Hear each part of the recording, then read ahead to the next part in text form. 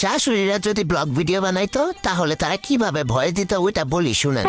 সকাল 6টায় ঘুম থেকে উঠে দেখলাম আমার বৌমা এখনো ঘুম থেকে উঠেনি। রাগে তো আমার শরীরটা জ্বলে গেল। এরপর আমি রাগ করতে করতে চলে গেলাম রান্নাঘরে গিয়ে কাজ কাম কিচ্ছু করলাম না, শুধু শুধু বাসনগুলোরে ধুমধাম করে ফেললাম, এখানে ওখানে আওয়াজ করলাম। তারপরও যদি দেখি নবাবজাতির ঘুম ভাঙে, কিন্তু ঘুমটা তার ভাঙেনি। এরপর হাতার নাম করে একটু বাইরে গেলাম। বাইরে গিয়ে যার যার সাথে আমার দেখা হলো সবাইকে বলে আসলাম যে আমার বৌমা এত বেলা হয়ে গেছে এখনো ঘুম থেকে উঠে নাই। এরপর চলে আসলাম বাড়ি এসে সোজা নিজের ঘরে গেলাম। মনে মনে ভাবলাম একটু ফোন করে সবাইকে জানিয়ে দেই যে আমার বৌমা এখনো ঘুম থেকে উঠেনি। এজন্য প্রথমে ফোন করলাম আমার মেয়েকে। সে ফোনটা ধরলো না, মনে হয় সারাদিন অনেক কাজ করে তো অনেক টায়ার্ড ছিল, এই জন্য এত সকালে ঘুম থেকে উঠতে পারে নাই।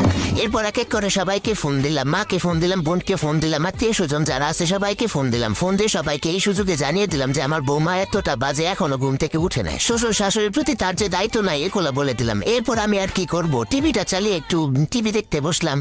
এরপর দেখলাম নবাবের বেটি ঘুম থেকে উঠলো। ঘুম থেকে উঠে আমাকে এক কাপ চা এনে দিল। চাটা খেয়ে